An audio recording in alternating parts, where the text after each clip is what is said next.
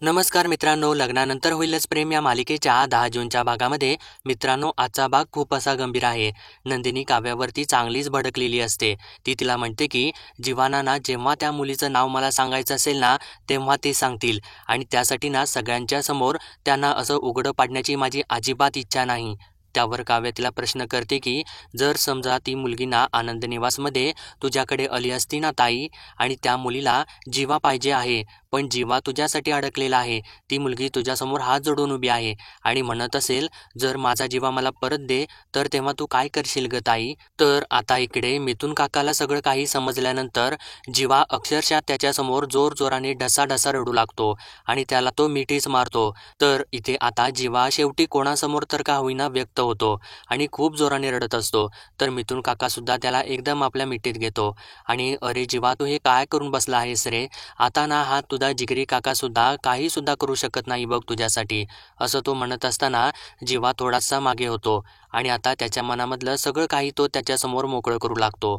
म्हणतो की अरे देवासारखाच भेटलेला आहेस रे तू मला, कारण ना माझ्या आणि काव्याच्या नात्याचं ओझं एवढं झालं होतं ना मला की रोज मी घुसमटत होतो. नाकातोंडात पाणी जाऊन आपण हळूहळू बुडायला लागतो ना तसंच मी रोज बुडत होतो रे. तर तेव्हा मिथुन काका आता त्याला विचारतो की अरे जीवा पण तू का नाही बोलास. तर तेव्हा जीवा सांगू लागतो की माझं आणि काव्याचं प्रेम होतं पण जेव्हा मी नंदिनीला वाचवून लग्न मंडपात घेऊन आलो ना तेव्हा पार्थ दादाचं आणि काव्याचं लग्न झालेलं होतं. ज्या काव्यासाठी मी स्वतःला ओवाळून टाकलेलं होतं ना तिला माझ्यासाठी थांबता नाही आलं का रे. थोडा वेळ सुद्धा थांबली नाही ती माझ्यासाठी. आणि हे बघ मी तुला दाखवतो, असं म्हणून तो आपल्या शर्टचं बटन काढून छातीवरचं नाव दाखवतो. अरे मी ना तिचं नाव छातीवरती कोरून घेतलं आणि तिने ना तर स्वतःच्या नावापुढे पार्थदादाचं नाव आयुष्यभरासाठी लावून घेतलेलं आहे. सांग ना मी आता काय करू. तर तेव्हा आता मिथुन काका म्हणतो की अरे पण हे सगळं पार्थला माहिती आहे का. तर तेव्हा जीवा त्याला सांगतो की अरे काका त्याला काही सुद्धा माहिती नाही, पण तेव्हापासून ना मी त्याचा रागराग करायला लागलेलो आहे. तर आता मिथुन काका त्याला असा प्रश्न विचारतो की त्यामुळे जीवा शांतच होतो. तो म्हणतो की तुला अजून सुद्धा तीच पाहिजे आहे का आणि पाण्यामधून बाहेर फेकलेल्या माशासारखी तुझी अवस्था झालेली आहे. मी तुला लहानाचा मोठा केलेला आहे. बोल तुझं म्हणणं काय आहे मला अगोदर सांग. तर तेव्हा आता जीवा म्हणतो की मला काही सुद्धा माहिती नाही. आई बाबा म्हणतात की लग्नानंतर प्रेम होईल.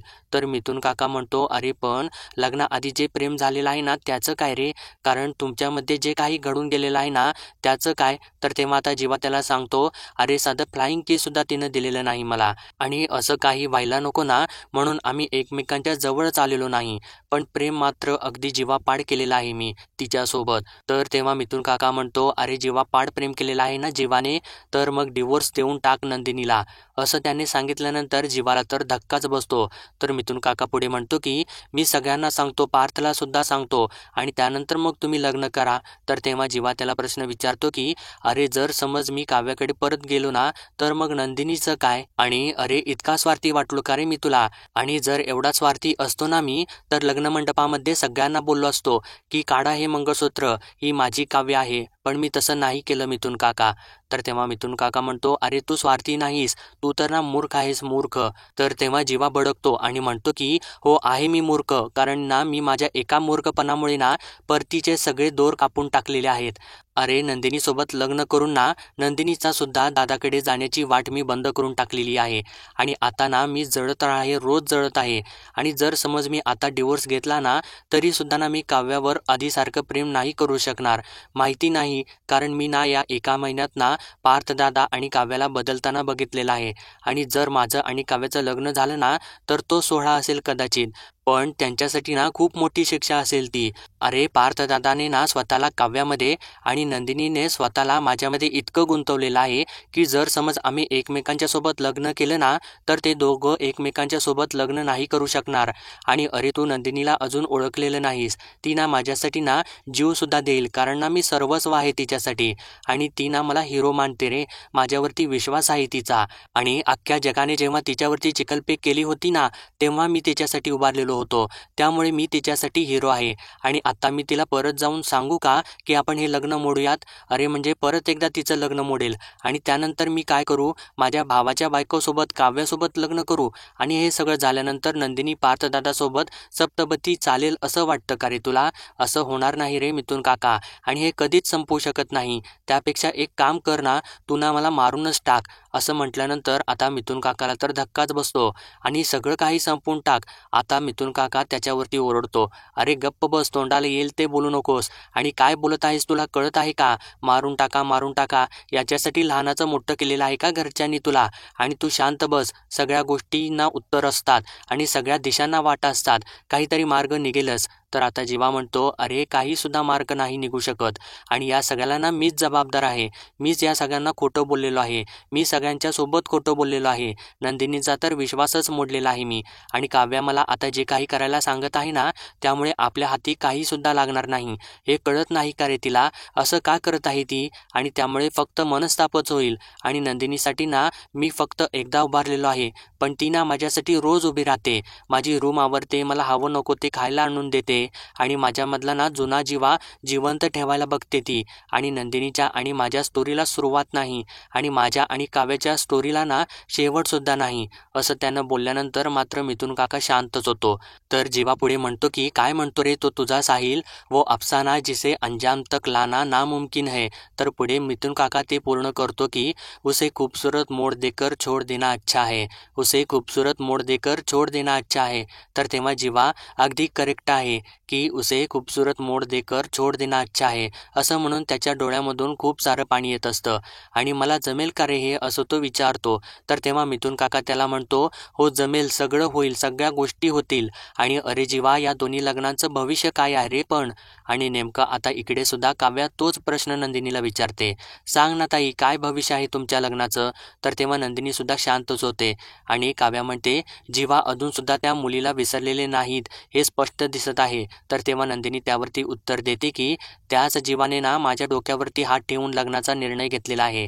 तर तेव्हा काव्या म्हणते, ते सगळं काही ना भावनेच्या भरात झालेलं आहे आणि जर समज तेव्हा घेतलेल्या निर्णयाचा त्यांना आत्ता पश्चाताप होत असेल तर ग ताई. तर नंदिनी म्हणते, माझा स्वतःवर, माझ्या शहाणपणावर आणि माझ्या बायकोपणावर पूर्ण विश्वास आहे.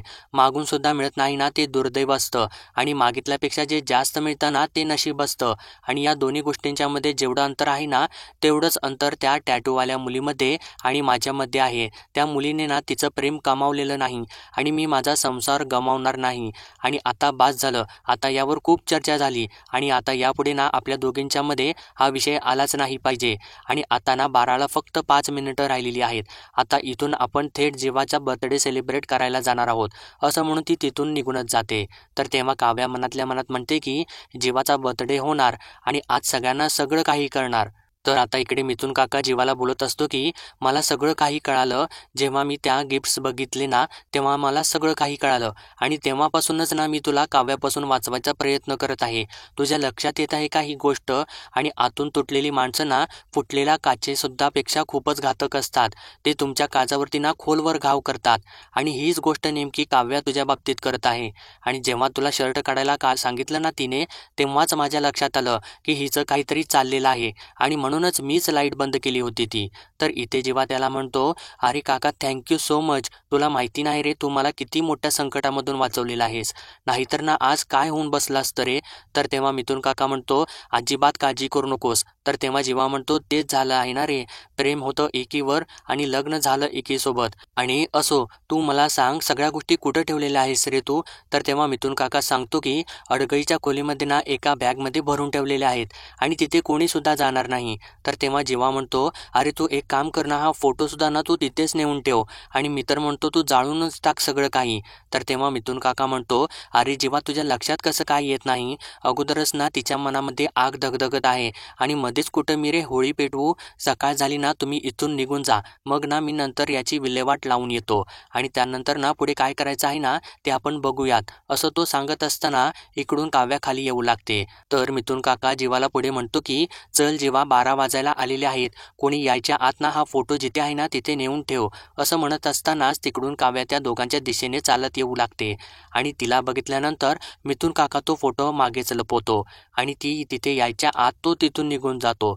तर तेव्हा काव्या त्याच्या समोरच येऊन उभी राहते. तर आता इकडे घरामध्ये विक्रम मानिनी उठून गेल्यानंतर म्हणतो की हिने तर फालतूचंच टेन्शन घेतलेलं आहे आज आणि फोन करून बघू का मी नेमकं तिकडं काय चाललेलं आहे ते असं म्हणून तो आता पार्थला फोन लावतो आणि म्हणतो की काय कसं काय चाललेलं आहे, ऑल वेल आहे ना. तर तेव्हा पार्थ सांगतो हो बाबा मस्त मजा मस्ती चाललेली आहे आणि आता नंदिनीने ना मोहिते स्टाईल मटण बनवलेलं आहे. केक कापून झालं ना की मग आम्ही जेवायलाच बसणार आहोत. तर आता विक्रम जीवाचं कसं चाललेलं आहे, तो मजेत आहे ना असा प्रश्न विचारतो. तर तेव्हा पार्थ म्हणतो नाही तो तर मजेतच आहे, पण तुम्ही असं अचानक जीवाबद्दल कशासाठी विचारत आहे, काही झालेलं आहे का बाबा, काही प्रॉब्लेम आहे का, आणि जर तसं काही असेल ना तर मग स्पष्ट सांगा प्लीज, कोड्यात असं बोलू नका असं तो म्हणत असतो. तर तेव्हा विक्रम आता सांगतो की नाही रे आता काही किती वाजलेले आहेत बघ ना, तुझी आई झोपायलाच तयार नाही, एकसारखी तिला ना जीवाचीच काळजी लागून राहिलेली आहे. आणि तो सांगू लागतो की तिच्या माहेरचे ना ते कोणी साठे गुरुजी होते ना ते आले होते आणि ते तिला सांगून गेले आहेत की असं म्हणत सगळं काही पुढचं तो सांगत असताना अचानकपणे मोबाईलचं नेटवर्कच गायब होतं आणि तेव्हा इकडे पार्थला सुद्धा काही ऐकू येईनासं होतं. तर तेव्हा आता दुसरीकडे मिथुन काका तो फोटो घेऊन अडगळीच्या खोलीमध्ये आलेला असतो आणि आपले डोळे पुसत पुसत ज्या सगळ्या वस्तू त्याने बॅगमध्ये भरलेल्या असतात त्याच बॅगेमध्ये तो आता फोटोसुद्धा ठेवून देतो आणि ती बॅग परत बंद करून टाकतो आणि त्या बॅगेला आता तो कोड लॉक करून टाकतो आणि तिथून तो निघून जातो. तर तेव्हा पार्थसुद्धा नेमकं तिथेच येतो आणि त्याने जागा बदलल्यानंतर थोडंसं नेटवर्कसुद्धा आलेलं असतं आणि तेव्हा विक्रम त्याला म्हणतो की अरे ते सगळं जाऊ देत, आपण नको त्या विषयावरतीच बोलत आहे, मला एक सांग तुम्ही सगळे व्यवस्थित आहात ना, जीवा मजेत आहे ना. तर तेव्हा पार्थ सांगतो हो तो तर मस्त ना हसून खेळून आहे, पण बाबा तुम्हाला नक्की महत्त्वाचं काही बोलायचं नाही ना असं तो परत एकदा विचारतो. तर तेव्हा विक्रम म्हणतो अरे काहीसुद्धा नाही रे, तुम्ही ना मस्त एन्जॉय करा तिकडे, ओके आणि गुड नाईट असं म्हणून तो फोन ठेवून देतो.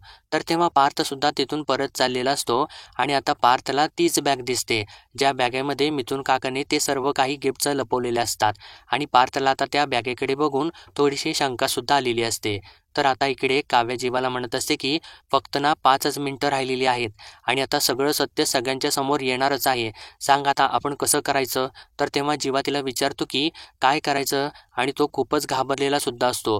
तर काव्या म्हणते की काय करायचं म्हणजे काय, तू सांगणार होतास ना सगळ्यांना आपल्याबद्दल, त्याच्याबद्दलच बोलत आहे मी, आणि तू सांगणार आहेस का मी सांगू असा ती आता प्रश्न करते.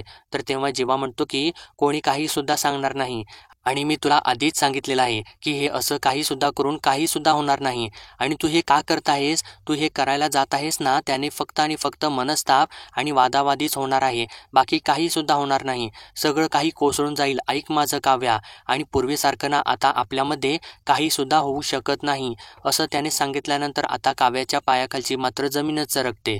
तर मित्रांनो आजचा भाग इथेच संपतो आणि पुढील भागामध्ये आपण पाहणार आहोत काव्या जीवाला म्हणते जीवा सांगून टाकूयात आपण सगळ्यांना आपल्या प्रेमाबद्दल. तर तेव्हा जीवा तिला म्हणतो अगं नंदिनीचा ना प्रेमावरचा माझ्यावरचा सगळ्यावरचा विश्वास उडेल आणि असं ना मी काहीसुद्धा होऊ देणार नाही. तर तेव्हा आता काव्या जीवाचा शर्टच पकडते आणि म्हणते की सगळं काही लपवशील रे, पण हे टॅटू कसं लपवणार आहेस.